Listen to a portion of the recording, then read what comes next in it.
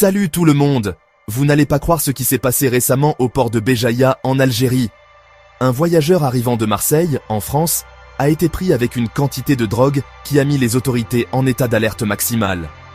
Imaginez la scène, les douaniers algériens, toujours vigilants, effectuaient leur contrôle de routine lorsqu'ils sont tombés sur quelque chose de suspect.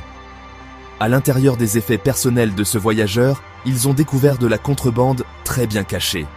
On parle de 9330 comprimés d'ecstasy dissimulés dans 2 batteries de trottinettes électriques et de 400 grammes de poudre d'ecstasy mélangée à de la cire, astucieusement dissimulée dans des objets décoratifs en forme de bougies. Incroyable, non? Le voyageur n'est pas allé loin. Il a été rapidement arrêté et remis aux autorités judiciaires. Et maintenant, une enquête plus approfondie est en cours pour déterminer s'il fait partie d'un réseau plus vaste. Cette saisie est une grande victoire pour les douanes algériennes, soulignant leur engagement dans la lutte contre le trafic de drogue et la criminalité transfrontalière. L'ecstasy n'est pas une chose à prendre à la légère. C'est une drogue synthétique qui représente une menace croissante pour la jeunesse et la santé publique en Algérie. Le fait que des réseaux internationaux soient derrière ce commerce rend le défi encore plus grand pour les autorités de sécurité. Bravo aux douanes algériennes pour leur efficacité.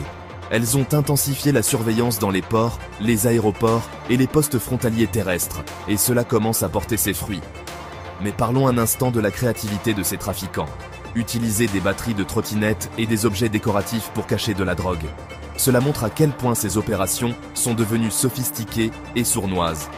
C'est un jeu du chat et de la souris permanent avec les autorités, qui doivent garder une longueur d'avance sur les dernières techniques de contrebande. Ce n'est pas la première fois que l'Algérie est confrontée à de tels défis. En décembre dernier, la police d'Alger a saisi plus de 100 kg de cocaïne, près de 90 kg d'ecstasy et plus encore. L'ampleur de ces opérations est stupéfiante et montre à quel point ces réseaux illégaux sont lucratifs et étendus. Les autorités mènent des investigations plus approfondies pour déterminer si cette récente saisie fait partie d'un plan plus vaste impliquant d'autres acteurs. Chaque saisie de ce type est un pas vers le démantèlement de ces réseaux. Mais il est clair que la lutte n'est pas terminée. Alors quel est l'avenir du suspect?